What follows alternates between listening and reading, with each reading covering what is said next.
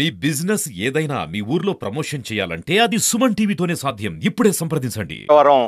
Assembly నియోజకవర్గం నుండి CPIM తరఫున లోతా రామారావు పోటీ చేస్తున్నారు. అసెంబ్లీ నియోజకవర్గంలో గత 10 సంవత్సరాలుగా ఇక్కడ ప్రజల కోసం నిరంతరాయంగా నిస్వార్థంగా సొంత వ్యాపకాలన్నీ మానుకొని కేవలం ప్రజల కోసమే పనిచేస్తున్నటువంటి అవినీతి మచ్చలేనటువంటి ఏకైక అభ్యర్థి లోతా రామారావు. అలాంటి అభ్యర్థినే మేము పార్టీ తరఫున పోరాడుతున్నటువంటి గిరిజనేతర ప్రజల యొక్క పేద ప్రజల యొక్క హక్కుల కోసం పోరాడుతున్నటువంటి లోతా రామారావుని మేము అభ్యర్థిగా నిర్ణయించి ఈరోజు నామినేషన్ వేశాము. కేంద్రంలో ఉన్నటువంటి బీజేపీ ప్రభుత్వం ఈరోజు ఎస్టీ అటవీ సంరక్షణ చట్టం సవరించి మొత్తం వాళ్ళ భూములన్నీ కూడా అదానీ అంబానీ లాంటి పెద్ద కార్పొరేట్లకి అప్పచెప్పడానికి ఒక దుష్ట పథకం వేసింది. ఎస్సీ ఎస్టీ సప్లాన్ను రద్దు చేసింది. ఈ మణిపూర్ లాంటి చోట మత కల్లోలాలు రెచ్చగొట్టి ఆదివాసులు ఉనికినే లేకుండా చేయాలని అలాంటి ఒక దుష్ట ప్రయత్నం ఇక్కడ ఈ రంపచోడవరం అసెంబ్లీ అరకు పార్లమెంటు నియోజకవర్గంలో చేస్తున్నారు. ఇక్కడ కూడా మత కల్లోలాలు సృష్టించి గిరిజనుల ఉనికిని దెబ్బకొట్టి మొత్తం వేలాది ఎకరాలని ప్రజల నుంచి బలవంతంగా లాక్కొని అదానికి అప్పచెప్పడం కోసం ఇప్పటికే ఆ చర్యలు ప్రారంభమైనవి.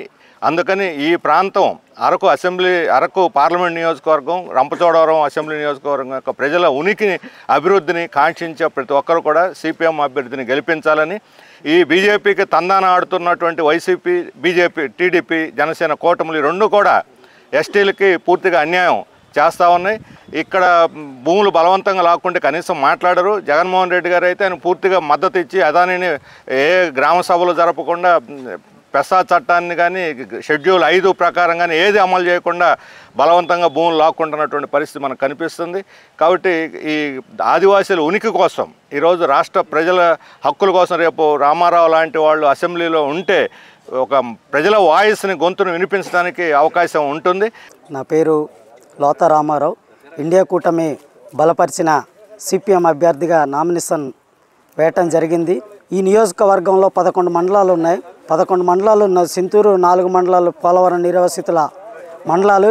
ఈ 7 మండలాలు ఇప్పటికే అభివృద్ధికి వెనుకబడినటువంటి గ్రామాలు. ఇప్పటి వరకు గెలిపించినటువంటి ప్రజాప్రతినిధులు ఇప్పటివరకు ఈ ప్రాంతాన్ని పూర్తిగా అభివృద్ధిలో మరిశారు.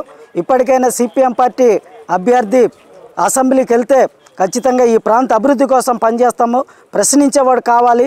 ఎందుకంటే ఈ ప్రాంతంలో ప్రత్యేకమైనటువంటి ఐటీడీఏ ఉన్నప్పటికీ ఈరోజు ఐటీడీఏ ఏర్పాటు చేసి 50 సంవత్సరాలు అవుతున్నా కానీ ఈ ప్రాంతం అభివృద్ధి కాలేదు అంటే కనుక ఈ ప్రాంతంలో చదువుకున్న యువతకి ఉద్యోగాలు లేవు.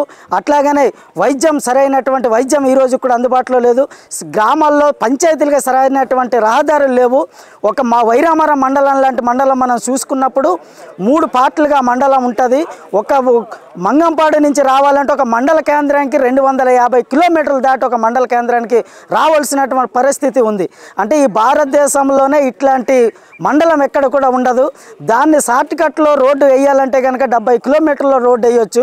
70 కిలోమీటర్ల ఫారెస్ట్ ఉందని చెప్పి ఈరోజు మంగంపాడు లాంటి ఏరియాకి రోడ్డు వేయకుండా షార్ట్కట్లో రోడ్డు వేయకుండా ఆపుతూ ఉన్నారు. ఈ ప్రాంతంలో సంపద దోసుకెళ్ళడానికి మాత్రం ఫారెస్ట్ చట్టాలు అడ్డు రావు, కానీ గిరిజన ప్రాంతానికి రోడ్లు వేయడానికి మాత్రం ఫారెస్ట్ చట్టాలని చెప్పి ఈరోజు అభివృద్ధిని దూరం చేస్తూ ఉన్నారు. ఇప్పుడున్నటువంటి అటవీ చట్టం ఏదైతే సవరణ చేశారో అదాని అంబానీ కోసం సవరణ చేసిన వాళ్ళు ఈ ప్రాంతంలో ఆదివాసీ గ్రామాలకు రోడ్డు వేయడానికి మాత్రం సవరణ చేయలేదు. దానికోసం నేను అసెంబ్లీకి వెళ్తే ఈ ప్రాంతంలో ఫారెస్ట్ అబ్జెక్షన్ లేకుండా ప్రతి గ్రామానికి రోడ్డు వేయడానికి కూడా నేను అసెంబ్లీలో పోట్లాడతానని తెలియజేస్తూ సెలవు. ఇండియా కూటమిలో కాంగ్రెస్ పార్టీ పరంగా సిపిఎంకి మద్దతు ఇవ్వడం జరుగుతుంది. మద్దతులో భాగంగా రంపచోడ నియోజకవర్గంలో లోతా రామారావు అనే మా అభ్యర్థిని మా కాంగ్రెస్ పార్టీ పరంగా 11 మండలాలు కూడా ఈయన వెన్నంటూ ఉండి పార్టీ పరంగా మేము అత్యధిక మెజార్టీతో తీసుకురావాలని చెప్పి, అలాగే రామారావు సార్ కూడా చెప్పారు, ఏజెన్సీ ప్రాంతంలో జరుగుతున్నటువంటి ఇవన్నీ కూడా మీకు అందరికీ తెలిసినవే, అవన్నీ నిర్మూలన చేయాలంటే ఖచ్చితంగా మరి కాంగ్రెస్ పార్టీ పరంగా సిపిఎం మద్దతు ఇస్తూ ఈ నెగ్గాలని చెప్పి కోరుకుంటున్నాం. అల్లూరు సీతారామరాజు జిల్లా అలాగే ఇండియా కూటమి మీద కాంగ్రెసు, సిపిఐ, సిపిఎం పార్టీలు కూటమిగా మేము మద్దతు ఇవ్వడానికి వచ్చాము. ఈవేళ రామారావు గారు కానీ అదే లోక్సభకి అప్పల్ నరసయ్య కానీ ఏజెన్సీ నుండి అసెంబ్లీకి పంపాలని మేము పార్టీ తీర్మానం చేసింది. ఖచ్చితంగా పంపడానికి వచ్చాము. ఎందుకంటే గిరిజనుల వాయిస్ వినిపించేవాడు ఉండాలి. ఈవేళ రంపచోడవరం ఏరియాలో ముందు సంవత్సరం తుఫాను వస్తే గిరిజనులకు ఇల్లులు కట్టించారు. బ్రిడ్జి కట్టకముందే మునిగిపోయే ఏరియాలో గిరిజనులు కట్టారు. మైదాన ప్రాంతంలో ఉండే వాళ్ళకి ఎక్కడో ఇచ్చారు. ఈవేళ తుఫాను రాకముందే మొన్న భద్రాచలం పక్కన ఏటపాక, పూనవరం, ఈఆర్పురం మొత్తం తిరిగాము.